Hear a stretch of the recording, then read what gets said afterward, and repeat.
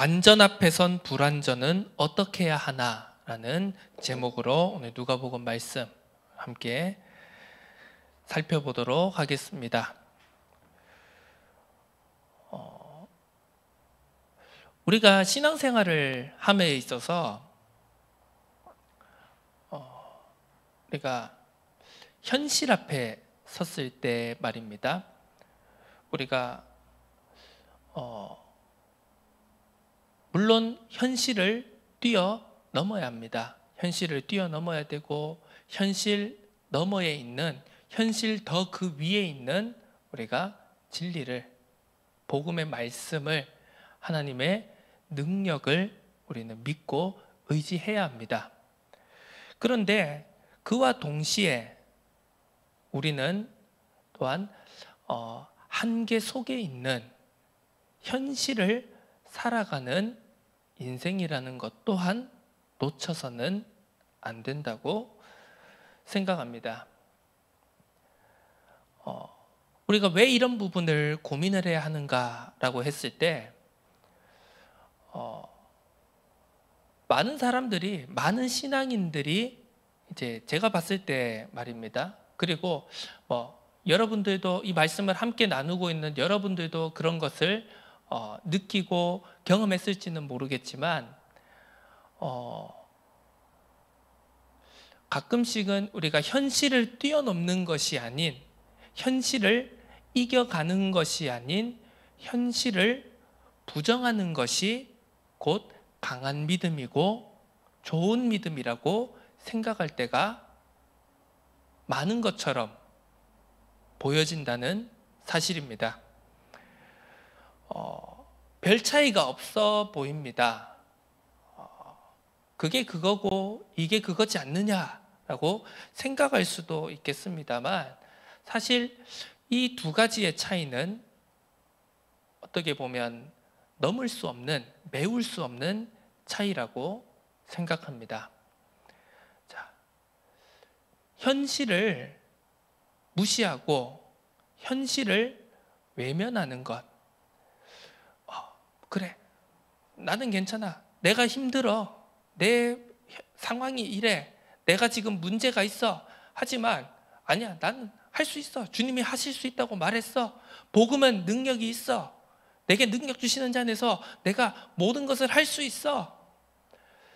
자, 우리가 현실을 뛰어넘는 것과 현실을 외면하고 현실을 부정하는 것에는 어떤 차이가 있을까라고 생각을 해봤을 때요, 결국 그렇습니다. 우리는 우리가 인정하고 싶지 않은 그런 부분들이 우리 모두에게, 각자에게는 있습니다. 저 또한 마찬가지인데요.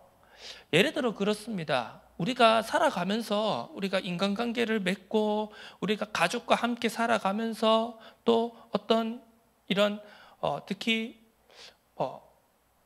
결혼이라든가 배우자의 관계라든가 그러면서 자녀와의 관계라든가 여러 이런 가족들과의 관계 속에서 우리는 끊임없이 어떤 현상에 대한, 상황에 대한, 또 문제에 대한 이런 이제 피드백을 주고받기도 합니다.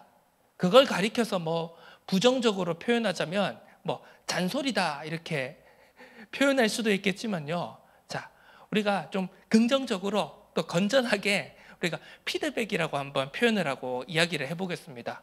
자, 서로 다들 약점이 있을 겁니다. 단점도 있고요. 각자 생각을 가지고 있습니다. 그 생각을 가지고 이렇게 해야 되겠다라고 적용을 하고 실천을 함에 있어서 각각 부족한 부분이 있을 수가 있습니다. 자, 이제 그걸 가지고 서로 알게 모르게 의식적이든 무의식적이든 서로 피드백을 하게 됩니다. 표정으로 할 수도 있고요. 언어적이지 않은 이런 표정, 몸짓, 그리고 어떤 묘한 분위기 같은 것으로 피드백을 할 수도 있고요. 아니면 이제 언어적인 것을 가지고, 야, 너는 그때 왜 그렇게 했냐? 야, 이건 이렇게 하면 되지 않느냐라고 서로 이제 언어를 가지고 피드백을 하기도 합니다. 자, 그러면 보통 그때 그런 피드백 사이에서 나의 반응, 우리의 반응은 어떻습니까? 물론 그래, 그게 그렇게 생각할 수도 있겠구나. 그렇게 내가 그런 부분에서 조금 이렇게 더 잘할 수가 있었을 텐데 이런 부분은 내가 좀 못한 부분이 있었구나. 내가 좀 더 좋은 방법으로 더 나은 방식으로 할 수도 있겠구나라고 받아들이면 너도 좋고 나도 좋고 모두가 행복한 결말이 되겠죠. 그런데 현실적으로 봤을 때 그렇지 않다는 것이 문제겠죠. 특히 이제 가족 간에서나 가까운 사람들 함께 정말 가까이에서 이렇게 밀접하게 어떠한 이제 업무나 여러 가지 목표를 가지고 일하는 사람들 사이에서 이제 그런 문제들이 많이 생깁니다. 딱 뭔가 리액션, 그러니까 피드백을 받았을 때 대부분 주로 나의 반응, 우리들의 반응은 어떻습니까? 딱 뭔가가 이제 부정적인 생각과 마음이 들게 됩니다. 왜 지적하지? 왜 저걸 저렇게 말하지? 야, 그러면 내가 잘못됐던 거냐? 내가 틀렸다는 거냐? 딱 보통 이런 반응이 나오게 됩니다. 갈등과 문제는 보통 거기에서 시작을 하게 됩니다. 자, 이러한 이제 서로가 서로의 실수들, 약점들, 불완전한 부분들이 서로의 생각과 서로의 판단을 가지고 생각을 하게 되고 이건 이런데 저건 저런데 저렇게 했으면 좋겠는데 라고 이런 것들이 이제 부딪히게 되면서, 그런데 그것들이 부딪히고 반발하게 되면서 이제 문제가 더욱 더 심해지게 된다는 것입니다. 그 문제들이, 그 갈등들이, 그 골들이 점점 해결되어지지 않고 깊어지고 선명해지기 시작할 때 나중에 가서 어느 시점에 가서는 결국 빵 터지게 되는 것 우리가 다 경험했지 않습니까?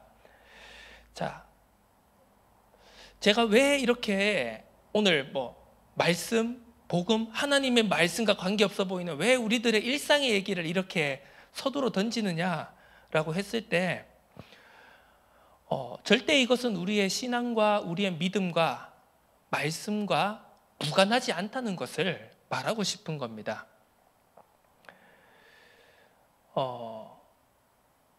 우리는 완전한 하나님을 믿으며 살아가는 사람들입니다.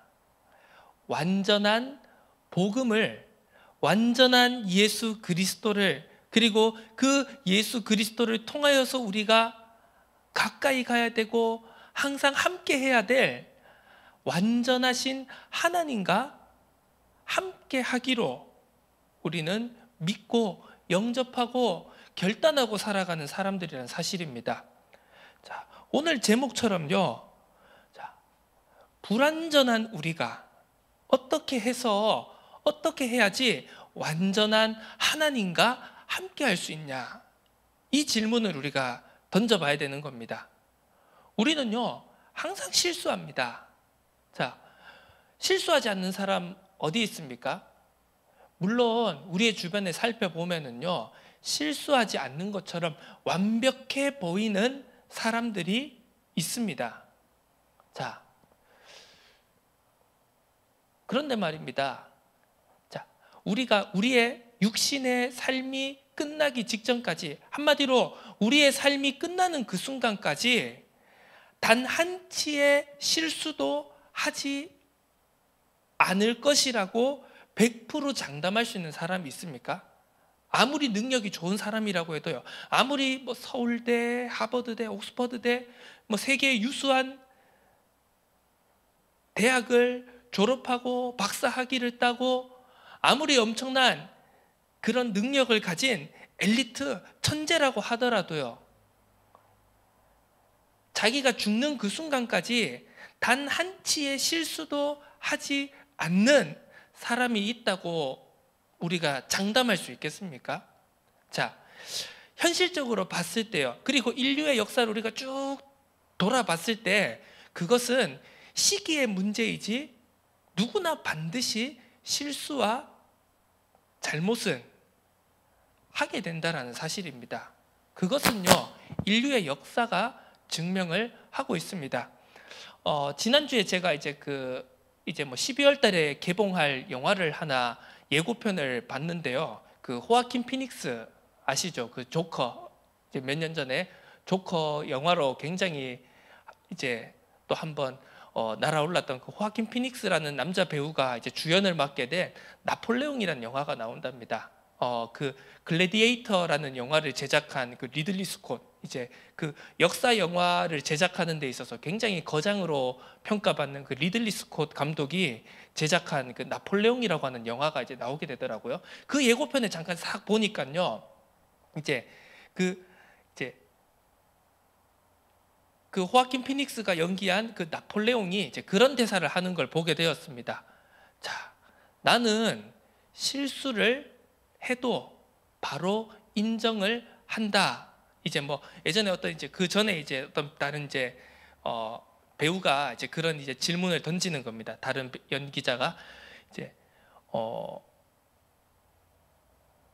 당신이 지금 이렇게 승승장구하고 있는데 한번 삐끗해서 넘어지게 되면 어떻게 되냐, 이런 이제 취지의 이제 질문을 던졌을 때 그 나폴레옹 역할이 이제 그 대사를 하는 겁니다. 나는 실수를 해도 인정하고 바로바로 잡는다. 단지 실수하지 않을 뿐이라는 이제 대사를 하는 겁니다. 그만큼 이제 어떻게 보면 그 이제 나폴레옹이라는 인물이 이제 자기에 대한 확신이 강했고 그리고 자신감이 넘쳤다, 이것을 이제 나타내는 것이겠죠. 실제로 나폴레옹은 자신이 역사의 전면에 딱 올라서게 된 이후부터요, 정말 연전연승, 패배를 모르는 정말 파죽지세로 모든 유럽을 정복하고 완벽한 성공을 거두는 것처럼 보이는 인물이었습니다. 그런데 어땠습니까? 그도 결국엔 마지막에 가서 패배를 했습니다. 그리고 그의 전체의 인생이 결국은 그 세인트 헬레나 섬이라는 곳으로 귀향을 가서 결국 생을 마감하는 그런 인생의 결말을 우리는 역사를 통해서 알 수 있습니다. 그렇습니다. 그 시대적으로도 전 인류의 역사를 통틀어서도 어떻게 보면 손에 꼽을 정도로 성공한 사람이었고 영웅이었던 나폴레옹조차도 정말 성공, 승리의 연속을 가다가도 결국 인생의 마지막에 가서는 한 번 딱 패배를 하고, 물론 그 전에도 작은 패배들이 있었지만 결국 그 마지막의 순간에 가서 한 번 패배를 하고 결국 나폴레옹은 패자로서 자신의 인생을 마무리하게 되는 것을 볼 수 있습니다. 자, 이렇듯 시기의 문제이지만 언제이냐의 문제이지만 인간은 반드시 실수를 하고 잘못을 하고 또 그런 뼈 아픈 패배를 경험하게 된다는 사실입니다.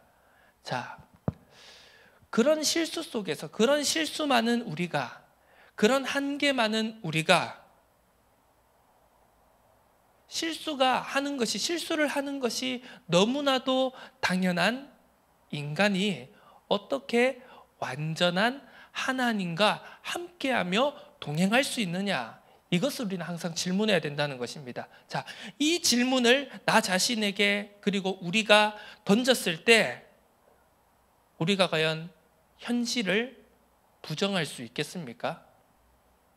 자, 내게 능력 주시는 자 안에서 내가 모든 것을 할 수 있습니다 라고 외치는 것이, 자, 그 워딩 자체는 맞는 말입니다. 왜? 말씀에 기록되어 있지 않습니까? 그것이 진리이고 그게 맞는 말입니다. 그런데 그 워딩을 내게 능력 주시는 자 안에서 내가 모든 것을 할 수 있습니다 라고 소리 지를 때 과연 우리는 그 성구를 가지고 외치는 그 사람은 과연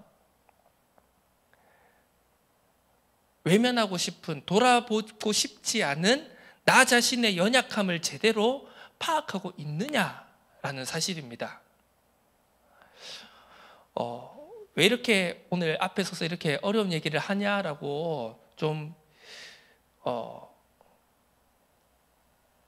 비판을 하실 수도 있겠지만요, 정말 우리가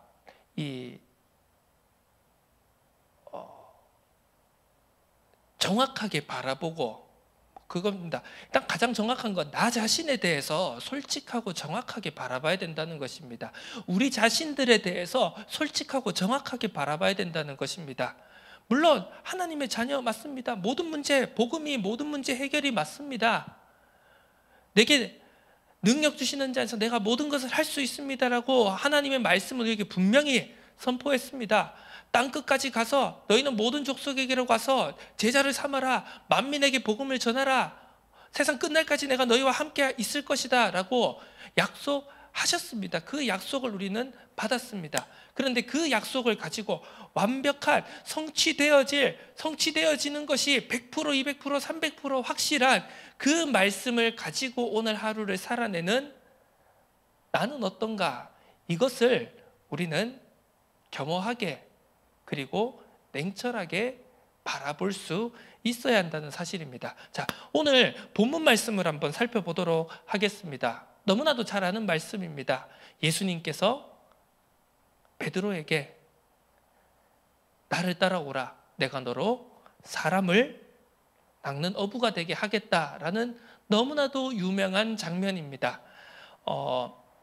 마태복음에도 마가복음에도 이 장면이 기록되어져 있습니다. 자, 그런데 마태복음과 마가복음과는 우리가 이제 계속 알고 있고 또 살펴보았듯이 그 각 복음서에 병행되어지는 똑같은 사건을 기록한 각각의 복음서의 내용들이 공통점이 있으면서도 또 각각 내용에 좀 차이가 있다는 것을 우리는 잘 알고 있습니다. 자, 마가복음과 마태복음에도 공통적으로 나오는 이야기지만 오늘 그 마태복음과 마가복음과는 조금 다른 지점이 있는, 또 마태복음과 마가복음에서는 하지 않았던 이야기들이 담겨 있는 것을 오늘 우리가 중점적으로 살펴봐야 되겠습니다.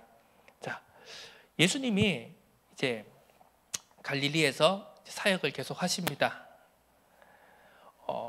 무리가 몰려와서 하나님의 말씀을 듣기를 원했습니다. 예수님께서 이제 갈릴리 호수, 게네사렛 호숫가에 서서 호숫가에 이제 배 두 척이 있는 것을 보시고 그 배에 올라서서 이제 물가에서 사람들이 쭉 앉아 있는 곳에서 복음을 선포하십니다. 그리고 이제 말씀을 마치시고 이제 베드로에게 이제 아직 베드로라고 하는 이름을 주시기 전인 그 시몬에게 이제 명령하시는 것, 말씀하시는 겁니다. 깊은 데로 가서 그물을 내려서 고기를 잡아라. 자, 이때가 어떤 상황이었냐 하면 이제 5절부터 쭉 시몬의 대답이 나오게 됩니다. 선생님, 우리들이 밤이 새도록 수고하였으되 잡은 것이 없지만 말씀에 의지하여 내가 그물을 내리겠습니다. 이제 밤새도록 지금 이 어부들이 고기를 잡으려고 했지만 고기를 잡지 못했다는 겁니다. 자, 하지만 무엇입니까? 말씀에 의지해서 내가 그물을 내리겠습니다. 그리고 그물을 내렸더니 엄청난 양의 물고기가 잡히게 된 겁니다. 어찌나 많이 잡혔던지 이제 한 대로는 그 물고기들을 다 끌어올리지 못해가지고 옆에 있던 동료의 배를 불러가지고 두 척이 함께 물고기를 이제 그 그물을 끌어오는데도 거의 배가 잠기게 될 정도로 엄청난 양의 고기가 잡혔다는 사실입니다. 자, 고기잡이의 전문가인 어부들이 밤새 잡지 못했습니다. 그런데 예수님의 말씀에 의지하여 그물을 내렸더니 안 될 걸 뻔히 아는 자기들의 전문적인 지식과 자기들의 경험으로는 되지 않을 거지만 말씀에 의지하여 그물을 내리겠습니다 하고 내렸더니 엄청난 물고기가 잡힌 겁니다. 그들의 생각과 상식으로는 이해할 수 없는 그 모든 것을 초월한 기적이 일어났던 것이죠. 자, 그 역사를 목도한 베드로가 무슨 이야기를 했습니까? 무슨 대답을 했습니까? 마태복음과 마가복음에는 나오지 않은 고백을 하는 것을 오늘 누가복음에서는 볼 수 있습니다. 8절에 무엇이라고 했습니까? 주여 나를 떠나소서 나는 죄인이로소이다. 자, 베드로가 왜 이런 대답을 고백을 예수님 앞에서 무릎을 꿇고 했는지를 오늘 우리가 생각해 볼 필요가 있을 것 같습니다. 많은 신학자들이 이 구절을 바라보면서 마치 이사야서 6장의 말씀과 대비되는 것 같다라고 이제 이야기들을 합니다. 이사야서 6장에 어떤 장면이 나옵니까? 여호와의 영광이 임할 때 이제 이사야 선지자가 여호와의 영광을 목격했습니다. 뭐 천사들이 스랍들이 뭐 하고 여호와 하나님의 보좌가 막 이런 엄청난 영광이 쫙 자기 앞에 목도되었을 때 이사야가 무엇이라고 고백했습니까? 나는 망하게 되었도다. 나는 죄가 있는 인간으로서 하나님의 영광을 배웠다. 이렇게 이야기하지 않습니까? 구약 성경에 보면 그런 장면들이 이제 중간중간 이제 나오게 됩니다. 예를 들면 이제 기드온의 이제 사사로 부름받았던 기드온의 이제 부모가 이제 여호와의 사자를 목격했을 때 우리가 죄인 중에서 하나님의 사자를 배웠기 때문에 우리가 죽게 되었다라고 두려워하는 장면이라든지, 아니면 엘리야 선지자가 이제 갈멜산으로 도망치면서 이제 그 하나님을 목도할 때 하나님이 세미한 음성으로 부르시니까 어떻게 했습니까? 이제 두 눈을 가리고 얼굴을 가리고 하나님을 이렇게 이제 배웁는다든지 여러 가지 그런 장면들이 있지 않습니까? 자, 성경을 살펴보면, 그리고 이제 그 구약의 또 유대인의 관점에서 죄 있는 인간은 하나님을 배울 때 반드시 죽을 수밖에 없었습니다. 그것이 성경이 말하는 바이며 유대인들이 가지고 있던 신앙관이었습니다. 왜? 죄 있는 인간이 죄 없는 하나님을 마주하면 그 죄 때문에, 하나님은 공의의 하나님이시기 때문에 죄를 미워하시는 분이기 때문에 반드시 그 죄에 대한 심판을 받을 수밖에 없다라는 것입니다. 자, 베드로 또한 마찬가지였습니다. 지금 단순히 기적을 행하신 어떤 한 능력 있는 선지자로 본 것이 아니라 지금 베드로는 예수님을 무엇이라고 바라보았습니까? 바로 메시아로, 그리스도로, 그리고 하나님으로 베드로는 예수님을 바라보았다는 것입니다. 그랬기 때문에 베드로는 무릎을 꿇고 나를 떠나주시옵소서라고 간청했던 것입니다. 왜? 연약한 내가 하나님을 만났기 때문입니다. 자, 우리 모두가 어떻게 보면 마찬가지지 않겠습니까? 연약하고 부족합니다. 매번 실수하고 우리는 넘어집니다. 완벽하고자 힘쓰고 애쓰지만 우리는 완벽할 수가 없는 연약한 인간입니다. 자, 그런 우리에게 주님이 찾아오셨습니다. 여기에 대해서 우리는 어떤 중심과 어떤 마음을 가지고 살아야 합니까? 자, 오늘 베드로의 모습을 보면서 한번 우리가 하나님과 함께 한다라는 것이, 하나님과 동행한다라는 것이, 우리가 성령의 인도를 받아 성령과 함께, 성삼위 하나님과 함께 살아간다는 것이 어떤 의미인지를 우리는 한번 생각해 봐야 됩니다. 물론 하나님 우리와 함께 하십니다. 하나님이 나를 위해서 우리의 죄 문제를 해결해 주셨습니다. 너무 감사하고 기쁜 일이 맞습니다.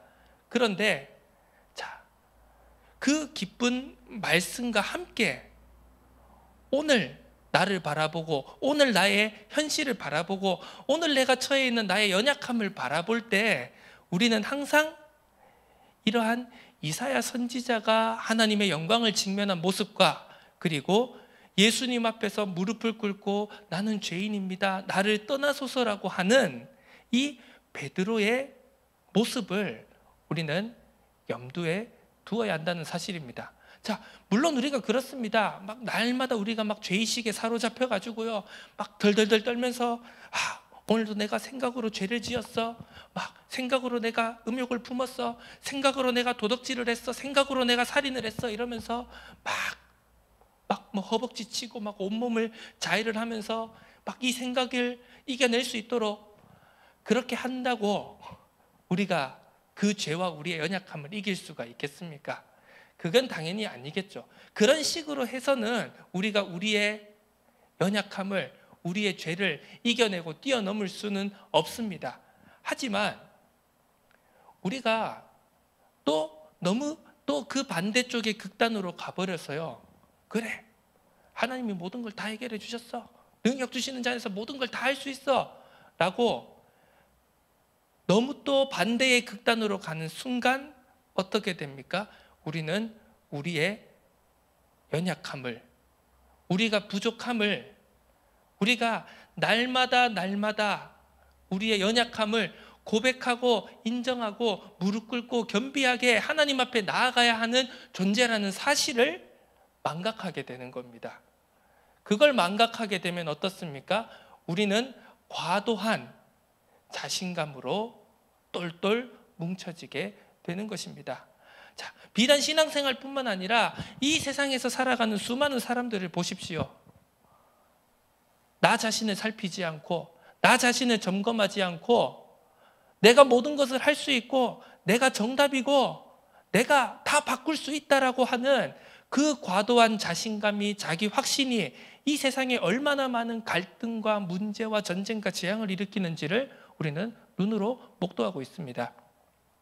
자, 말씀을 정리해 보도록 하겠습니다. 오늘 이 장면의 중심 주제는요, 예수님께서 베드로를 그리고 이 제자들을 부르시는 장면입니다. 제자로 부르시는 장면입니다. 자, 우리는요, 단순히 구원받은 것에서 끝나지 않았습니다. 우리의 죄의 문제를, 우리의 저주의 문제를, 그리고 우리의 사망과 지옥 배경의 사단의 그 권세를 해결받은 것으로 끝난 존재가 아닌 우리 모두는 제자로 부름받은 존재라는 사실입니다. 하나님으로부터 부름받은 사람 치고 단 한 사람도 제자로 부름받지 않은 사람은 없다라는 사실입니다. 제자가 무엇입니까? 그냥 뭐 전도를 한다, 선교를 한다, 복음을 전한다, 뭐 어떤 헌신을 한다 이전에 주님을 따르는 사람을 제자라고 말하고 있습니다. 그것이 제자의 본질적인 정의입니다. 자, 그러면 불완전한 우리가 완전하신 주님을 하나님과 함께하고 동행하고 따라가는 제자가 되기 위해서 어떻게 해야 하나라고 했을 때 두 가지를 우리가 결론적으로 살펴볼 수가 있겠습니다. 첫 번째로는 우리는 하나님을 주님과 함께하며 동행할 능력이 없다라는 사실을 우리는 먼저 깨달아야 합니다. 우리의 힘과 우리의 노력과 우리의 의지로는 우리는 하나님과 함께하고 동행할 수가 없습니다. 그랬기 때문에 중요한 것이 무엇입니까? 주님께서 우리를 부르셨다라는 사실에 우리는 초점을 맞춰야 하는 것입니다. 베드로는 주님께서 떠나가시기를 구했습니다. 왜? 그 완전함 앞에 섰을 때 연약한 자신은 도저히 그 완전함을 감당할 수 없었기 때문입니다. 죄 많은 인간이, 죄를 해결할 수 없는 인간이 죄 없으신 하나님, 완전하신 하나님 앞에 설 수가 없었기 때문입니다. 그런데 무엇입니까? 주님께서는 제자들을 찾아오셨습니다. 시몬을 찾아오셨습니다. 그리고 그 시몬을 함께할 자신을 따를 제자로 불러주셨다는 그 사실입니다. 이것이 바로 하나님의 은혜라는 사실입니다. 우리가 먼저 이 은혜를 붙잡고 날마다 살아가야 하는 존재임을 우리가 절대로 놓쳐서는 안 되겠습니다. 두 번째입니다. 그렇다면 무엇입니까? 그 은혜로 우리를 부르신 주님 앞에 우리들의 자세는 어떠해야 됩니까? 이것은 행위적인 그리고 어떤 실천적인 것을 말하는 것이 아니라 우리의 자세를 말하는 것입니다. 우리의 중심을 말하는 것입니다.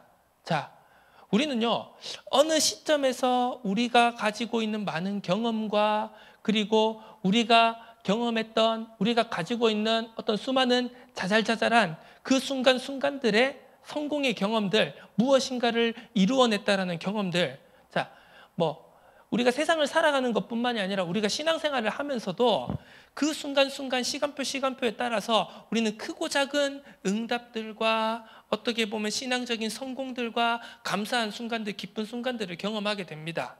자, 그런데 그것이 끝이 아니라는 사실을 우리는 정확하게 붙잡아야 되는 사실입니다. 응답을 받았습니다. 자, 사도 바울도 고백합니다. 자기의 놀라운 응답과 성공, 거기에 연연하지 않고 내게는 하나님께서 주신 더 높은 것, 위에서 부르신 부름의 상이 있다. 에베소에서의 놀라운 역사를 뒤로하고 나는 로마를 보아야 한다. 그 에베소 도시 전체가 복음화되는 엄청난 응답을 목격했음에도 바울은 거기에 머무르지 않았다는 사실이죠. 내게 주신 것, 그리고 내 삶이 끝나는 그 순간까지 내가 내 현재의 응답과 기쁨과 만족에 머무는 것이 아니라 하나님이 나를 어디로 가기를 원하시며 내가 무엇을 해야 어디를 가야 하나님과 날마다 오늘 하루 매 순간순간 함께하고 동행할 수 있을 것인가를 사도 바울은 보았다는 사실입니다. 자, 우리도 마찬가지입니다.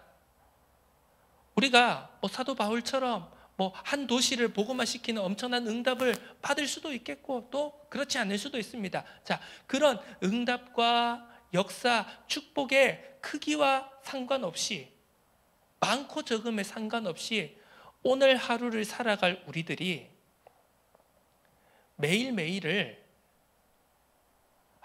저는 하나님의 은혜가 필요합니다. 오늘도 나는 주님이 필요합니다. 주님, 저는 연약하고 부족해서 완전하신 주님과 함께 할 수 없습니다. 저 자신만 보자면, 저의 지금 현실만 놓고 보자면 저는 도저히 주님과 함께 할 수 없고 떠나가기를 구해야 할 정도로 저는 연약하지만 주님의 은혜로 함께하여 주시고 동행하여 주시기를 원합니다 라는 그 자세와 중심과 고백이 날마다 우리에게 있어야 될 줄로 믿습니다. 내가 지금 섰다고 생각한 그 순간 넘어지지 않을까, 넘어졌나 안 졌나 주의하라라는 사도 바울의 그 권면을 우리는 한번 깊이 되새겨봐야 할 것입니다. 완전 앞에 선 불완전은 어떻게 해야 됩니까? 이 질문이 이번 한 주간 우리들의 삶 속에서 계속 되뇌어졌으면 좋겠습니다. 내 연약함 앞에서, 내 문제 앞에서, 우리들의 갈등 앞에서, 우리들이 살아가는 오늘 하루하루 앞에서 완전 앞에 선 불완전은 어떻게 해야 됩니까? 완전하신 하나님과 함께 동행해야 되는 연약한 나는 어떻게 해야 합니까? 라는 질문을 매일매일 매 순간의 기도로 끊임없이 던지며 그 속에서 하나님이 주신 은혜를 체험하고 누릴 수 있기를 주님의 이름으로 축원합니다. 하나님과 함께하며 동행하는 그 제자의 길을 걸어가기를 축원합니다. 함께 기도드립니다. 하나님 아버지 감사드립니다. 우리에게 은혜를 주시고 우리에게 긍휼을 베푸셔서 불완전한 우리가 완전하신 주님과 함께하며 동행할 수 있는 은혜를 주시니 감사합니다. 매일매일 그 순간순간에 머무르지 않고 항상 하나님의 뜻이 있는 곳으로 하나님의 눈길과 하나님의 발걸음 향하시는 성령이 움직이시는 그곳으로 우리가 동행하기를 소원하오니 우리에게 힘을 주시고 우리에게 은혜를 주시고 우리에게 담대함을 주셔서 우리가 함께 할 수 있는 응답을 날마다 누릴 수 있도록 축복하여 주옵소서. 감사드립니다. 예수 그리스도 이름으로 기도드립니다.